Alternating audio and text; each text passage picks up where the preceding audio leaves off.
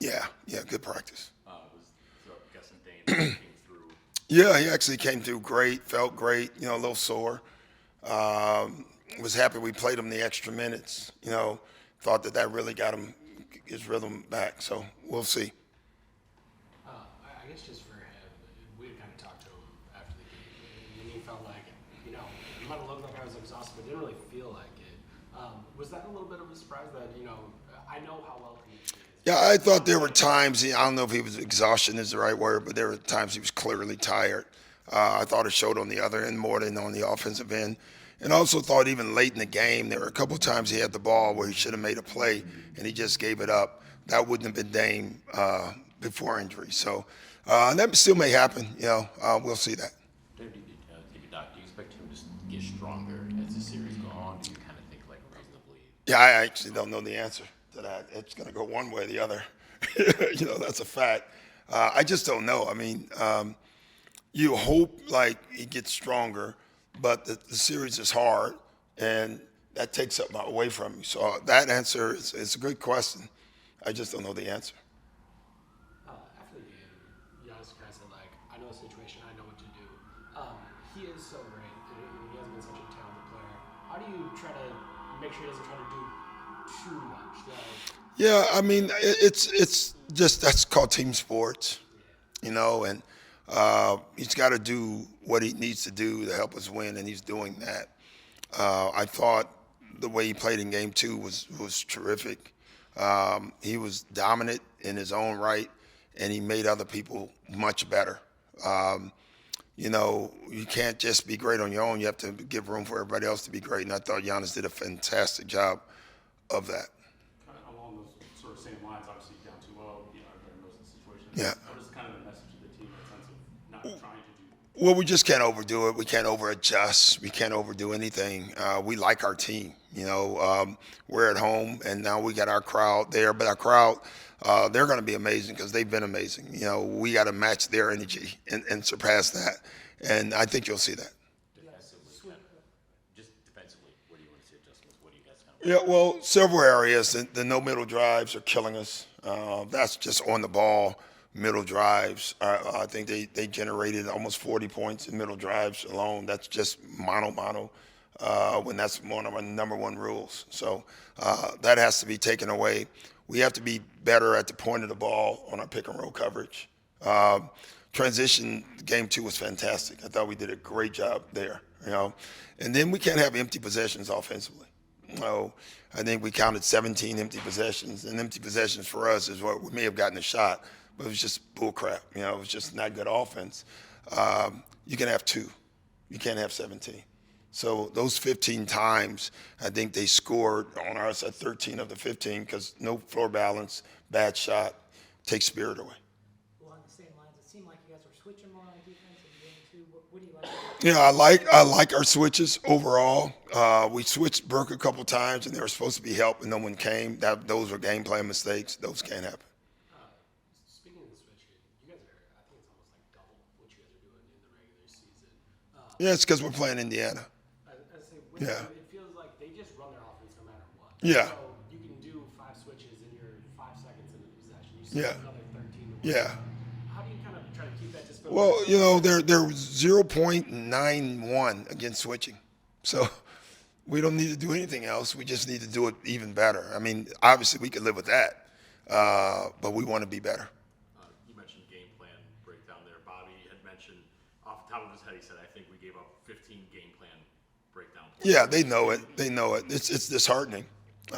What makes it tough from the coaching standpoint, and that is like you think about an adjustment, but you're not doing your coverage right. So do you make an adjustment or do your coverage right? It's a lot easier when you're doing your coverage and they're hurting you in that to pull the trigger on the next thing. It's really hard when you're not doing your coverage. And that's where Bobby, after the game, was very vocal about it. Like, hey, we're going to keep making game plan mistakes. They're going to take advantage of it. And he counted 15. Our number was way higher, but the fact that he was at 15 tells you a lot. So with that, like, It's not hard. We just have to do it. It's focus. so does that, as you're looking ahead and you're talking about point of attack, defense, and pick and roll? I mean, are you looking at lineup rotation changes, or have the 2 days shown? We look at everything. We look at everything. Don't mean we're going to do anything, but we look at it all.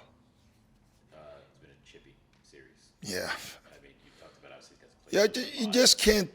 I don't mind the chippiness. I mean, it's, you know, I said this the other day. I just wish they stopped looking at the video every time someone stared at me. If I stare at you and then we go run to the video, I mean, just please stop that. That's all I would say. Having said that, I don't care if you can play through chippiness. That's fine. But if you can't, then don't do it. It can't be chippiness and then it turns into one-on-one personal stuff, right? Because that's you thinking about yourself, not the team. If it's a physical play and it's chippiness that way, I'm all for that. So we just got to be able to control our emotions mano, because that doesn't work. This is not boxing. This is a team game. And if a guy says something to you, we're still trying to beat their team, and we got to get away from that.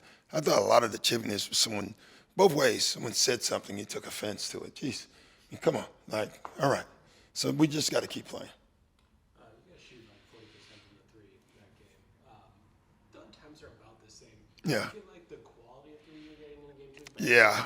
Oh, yeah. Well, we didn't get any quality. I said that our threes in game one were afterthoughts. Our threes in game two were phenomenal. Having said that, we should have had 9 more point blank threes that we didn't get the ball. And we showed all those today. Like, those have to happen. At least over half of those. Like, those are, every time it's got to be the right play. And I mean, the guys were surprised. I mean, I'm talking about wide open.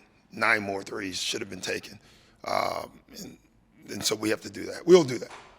The team has experienced adversity throughout the season Yeah. and responded. Yeah. NBA Cup, Yeah. 8-0 run to finish the season.